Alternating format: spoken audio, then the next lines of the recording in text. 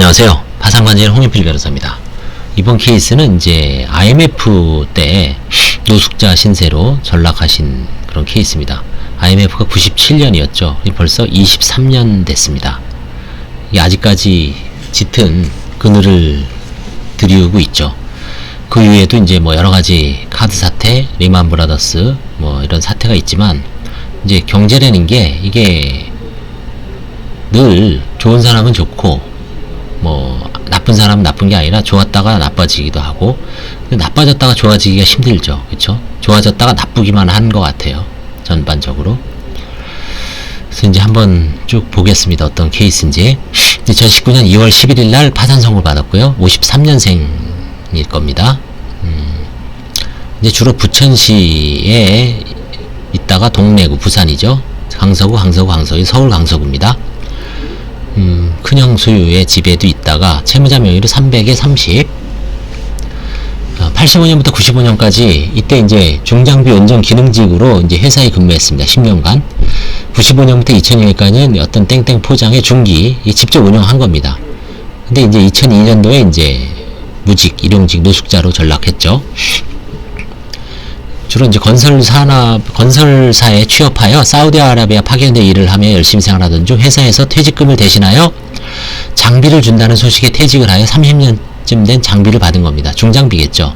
노후된 장비로 장비 임대 사업을 시작하였으나 경쟁력에 밀려 운영자금으로 1990년 기술신용보증금에서 2,500을 융자받았습니다.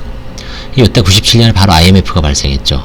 그래서 이제 어려움으로 이제 어려움을 겪다가 2001년에 이혼을 했고, 이제 노숙자 신세로 2009년 뭐 극단적인 생각까지 했으나 결국은 이겨내고 기초생활수급자로 힘들게 살아가고 있습니다. 이때부터. 이때 사실 좀 빨리 했어야 되는데, 이런 분들은 사실은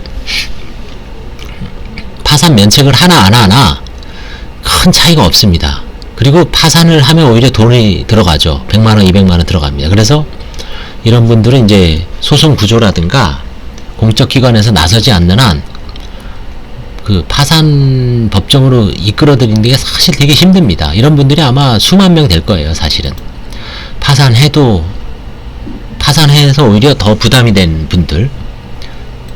그래서 이제 그런 부분을 어떻게 사회에서 어떤 비용을 지불해서 구제해 줄지. 물론 가장 중요한 건 의지죠, 의지. 내가 파산 면책하고자 하는 의지가 있어야지, 의지가 없으면 뭐 소용이 없죠. 뭐 극단적으로는 최근에 코로나 사태 때 미국인가 어디서는 백신을 맞으면 85만원 주겠다, 이런 정책도 있었죠. 역발상으로. 이런 분들도 마찬가지예요. 진짜 파산 면책 신청을 하면 100만원 정도 줄게, 이런 정책이 나올 정도로 이게 좀 역발상이 필요하죠, 사실은. 2001년 7월에 이혼했고요. 본인이 있고, 이제 자녀들하고도 뭐 이혼하면 다 떨어져 살죠, 사실은. 파산 채권은 이제 뭐 2002년부터 묵혀놨으니까 한 3배 정도 늘어났을 거예요. 원금이 2,600이잖아요, 그쵸? 그럼 3배 늘어났죠. 4배인가요? 거의 3.5배 정도. 지금 현재 보증금 300, 집행이 불가능한 거죠. 압류 금지입니다. 압류 금지를 집행 제한이라고 하죠. 그래서 저는 항상 집행 제한이라고 쓰는데, 이제 앞으로 압류 금지 범위 내의 소액 임차 보증금, 이런 식으로 바꿔도 상관없습니다. 관제인 종합 의견은 뭐 부친은 75년 1월 20일 돌아가셨고요. 어머니는 2011년 6월 30일 사망했습니다. 모친은 2011년 세목별 과세증명서에 의하면 차량이 있었습니다. 근데 10년 이상의 차량으로 이게 뭐 상속 재산, 만약에 이제 형제가 다섯 명이라면 5분의 1 지분이 있는데 10년 된 차량이 뭐 큰 의미가 있겠어요? 이거 관제인은 문제 삼지 않고 환가 포기합니다. 그럼 채무자의 자유재산이 된다 그랬죠. 여기서 다시 한번 복습해 보겠습니다. 자유재산은 4가지가 있다 그랬어요.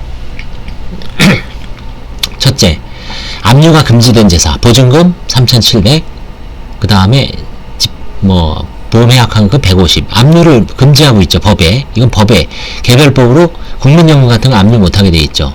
국민연금법 법령에 규정되어 있습니다. 민사집행법 및 일반 특별법에 압류가 금지되는 재산.